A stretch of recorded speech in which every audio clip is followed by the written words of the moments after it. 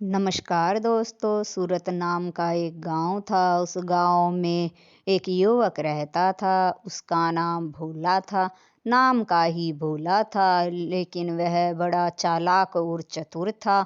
मेहनती और ईमानदार भी बहुत था। उसका अपना कोई नहीं था। गांव के लोग उसे बड़ा प्रेम करते थे, क्योंकि वह गांव के किसी भी आदमी का काम करने से मना नहीं करता था। जो भी उसे कुछ भी काम करने के लिए कहता, वह झट से कर दिया करता था। इसलिए वह सभी लोगों का चहीता था। उसी गांव में एक किसान रहता था। वह किसान उसकी ईमानदारी और मेहनत से बड़ा खुश था।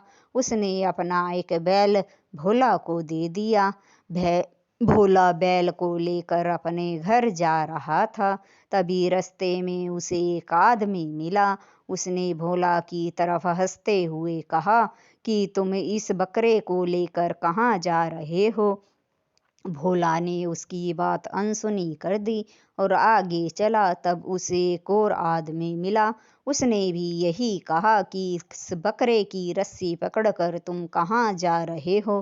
भोला को पता था कि ये बैल है, ये लोग उसे बेवकूफ़ बना रहे हैं। फिर भोला ने आगे चला तो एक और आदमी उसे मिला। वह भी भोला से यही बोला कि इस बकरे को कहाँ ले जा रहे हो। भोला समझ गया कि ये तीनों उसे बेवकूफ़ बना रहे हैं। अब तीनों उसे घेर कर खड़े हो गए और उससे कहा कि ये जो बकरा है हमें दे दो, इसके बदले में हम तुम्हें 5 रुपए देंगे। भोला स्थिति को समझ रहा था कि यदि मैंने इनसे ज़्यादा ज़बान लड़ाई तो ये लोग मुझे पीट सकते हैं। ये 3 हैं और मैं एक हूँ। अभी समझदारी इसी में है कि मैं इन लोगों की बात मान लूँ। फिर वह कहता है कि आप लोग ठीक कह रहे हैं, यह बकरा ही है, ये लीजिए। फिर जो रस्सी थी भोला उन लोगों को पकड़ा देता है। उनमें से एक आदमी भोला को 5 रुपए देता है और चलने लगता है। तभी भोला कहता है कि सुनिए, आप जरा रुकिए, आप ये 5 रुपए भी ले लीजिए और इस बकरे को भी, और साथ में मुझे भी ले चलिए। मेरा इस दुनिया में कोई नहीं है। मैं आपका सब काम कर दिया करूँगा। जो आप कहेंगे, आपसे पैसे भी नहीं लूँगा। केवल 2 वक्त का खाना मुझे दे देना, उसी से मेरा गुजारा हो जाएगा। तीनों आपस में बातें करते हैं और कहते हैं कि ये तो फायदे का सौदा है।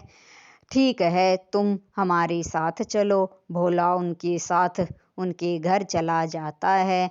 उनके सारे काम करता है, खाना बनाता है। ऐसे ही समय बीतने लगा। अब धीरे धीरे उन लोगों को भोला पर विश्वास होने लगा।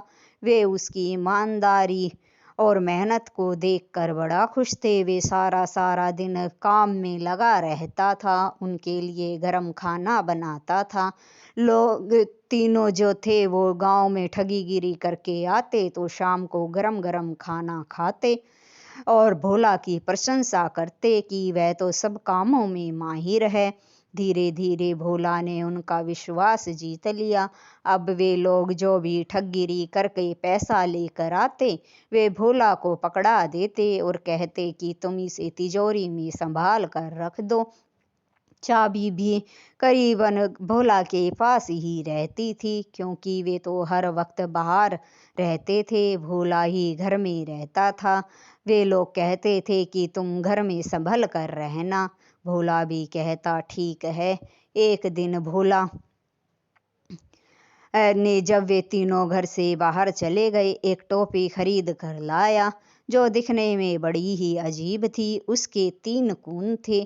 जब वे घर वापस आते हैं, भोला वो टोपी पहनकर उन्हें दिखाता है।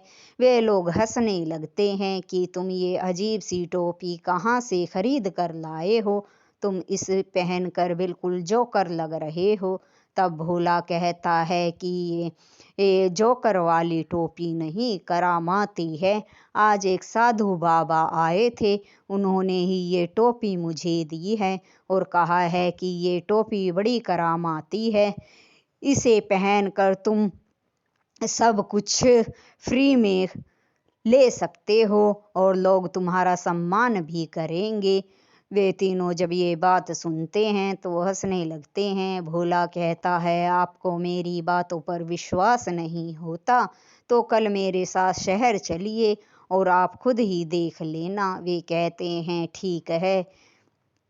वे खाना खाकर सो जाते हैं। शाम हो गई थी। भोला जो है मौका देखकर तिजोरी से कुछ पैसे निकाल कर बाहर चला जाता है। शहर पहुंचकर 2-4 बड़ी बड़ी दुकानों में जाता है और वह पैसे उन दुकानदारों को देता है और उनके कान में कुछ खुसुर फुसुर करके वापस आ जाता है, आकर सो जाता है। दूसरे दिन चारों जो है शहर जाने के लिए तैयार हो जाते हैं, क्योंकि तीनों ठगों के मन में उस टोपी की करामात देखने की उत्सुकता थी। भोला नहा धोकर तैयार हो जाता है और वो 3 कोने वाली अजीब सी दिखने वाली टोपी पहन लेता है। वह जब शहर के बाजार में पहुंचता है, जब 2-4 लोग उसे देखते हैं तो भोला को सलाम करते हैं। यह देखकर ठग चौंक जाते हैं। फिर भोला एक बड़ी सी रेस्टोरेंट में जाता है, वहाँ खाना खाते हैं। वहाँ का जो मालिक था भोला को देखकर सलाम करता है। वह पेट भर कर वहाँ खाना खाते हैं और जब वापस आते हैं भोला उन्हें पैसे भी नहीं देता।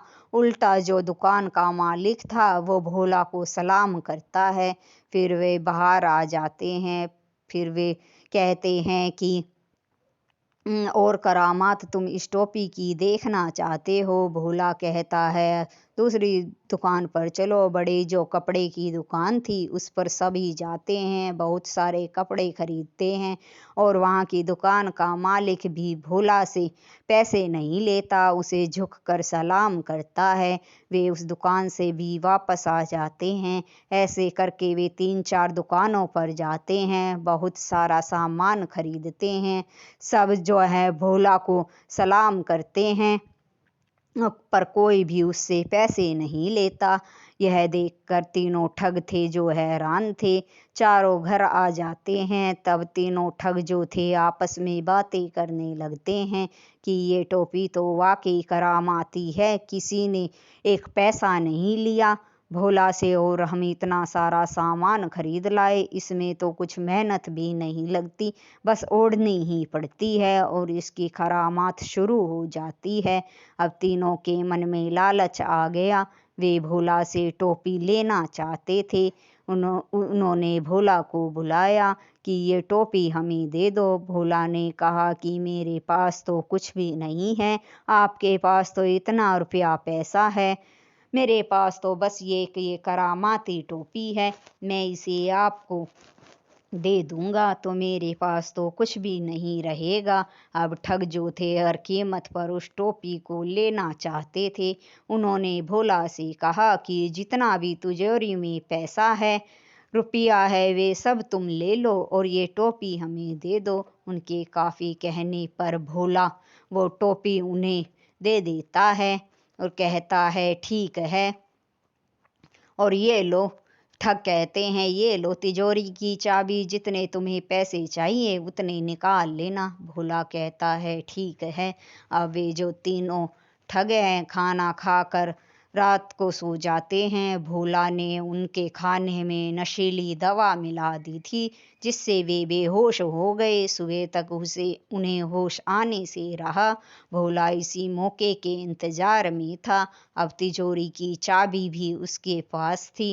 वह तिजोरी से सारा रुपया पैसा निकाल कर एक पोटली में रखता है और रातों रात गांव छोड़कर रफू चक्कर हो जाता है। सुबह जब वे ठग उठते हैं तो देखते हैं भोला इधर उधर कहीं नहीं था, पर उन्हें टोपी की करामात देखनी थी।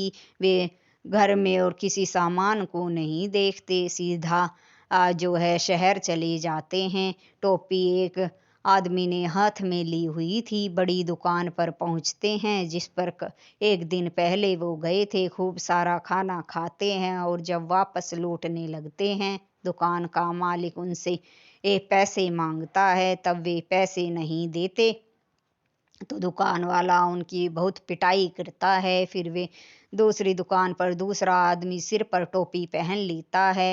यह कहता है कि शायद तुमने हाथ में टोपी पहनी थी इसलिए दुकान वाले को कुछ समझ नहीं आया, मैं इसे सिर पर पहन लेता हूँ। जब वे दुकान में घुसते हैं तो दुकान का मालिक उन्हें सलाम तो करता है। फिर जब वे वहाँ से बहुत सारी खरीदी करके जाने लगते हैं तो दुकान का मालिक उन्हें कहता है कि पैसे दीजिए। वे कहते हैं कि पैसे किस चीज़ के। वो जो आदमी टोपी पहने हुआ था वो सिर नीचे करके टोपी दिखाने लगता है। वह दुकानदार कहता है टोपी क्या दिखा रहे हो, पैसे निकालिए। वे कहते हैं कि इसी टोपी को देखकर कल तुमने हमें बहुत सारा सामान फ्री में दिया था। दुकानदार कुछ समझ नहीं पाता। वह कहता है टोपी को देखकर मैंने किसी को सामान नहीं दिया। वह उनकी जोरदार पिटाई करता है। वे दुकान से बाहर आ जाते हैं।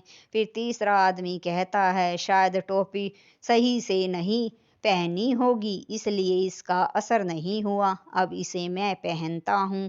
वह तीसरा आदमी पहनकर जब तीसरी दुकान में जाता है तो दुकान के जो नौकर थे वे कहते हैं कहिए साहब जी आपको क्या चाहिए। तब वह कहता है कि देखो टोपी तुमने अच्छे तरीके से नहीं पहनी थी, यह हमें कितनी इज्जत दे रहा है। वे अंदर चले जाते हैं, वहाँ से बहुत सारा सामान लेते हैं और जब बाहर आने लगते हैं वही नौकर कहता है कि साहब आपने पैसे नहीं दिए, पैसे तो दीजिए। तब वे हैरान होते हैं, कहते हैं कि पैसे किस चीज़ के। तब वह कहता है कि ये जो सामान है तुम्हारे बाप की दुकान नहीं है जिसमें से तुम ले जा रहे हो। तब वे लोग कहते हैं कि कल जब हम सामान लेने आए थे तो एक आदमी ने ये टोपी पहनी थी, उससे तो तुमने पैसे नहीं लिए थे। तब वह दुकान का जो नौकर था वह कहता है कि उसने तो एक रात पहले ही सारे सामान के पैसे हमें दे दिए थे इसलिए हमने उससे पैसे नहीं लिए। तब वह कहता है कि उस आदमी ने तुम लोगों को बेवकूफ़ बनाया है, अभी पैसे दो नहीं तो तुम्हारी पिटाई कर दूंगा। वे कहते हैं कि पैसे हमारे पास नहीं हैं। वह उनकी अच्छे से जमकर पिटाई करता है। उनका बदन दुख रहा था क्योंकि 3 जगह से उन्होंने मार खाई थी। अब उनकी समझ में आ जाता है कि भोला ने उनके साथ क्या किया है।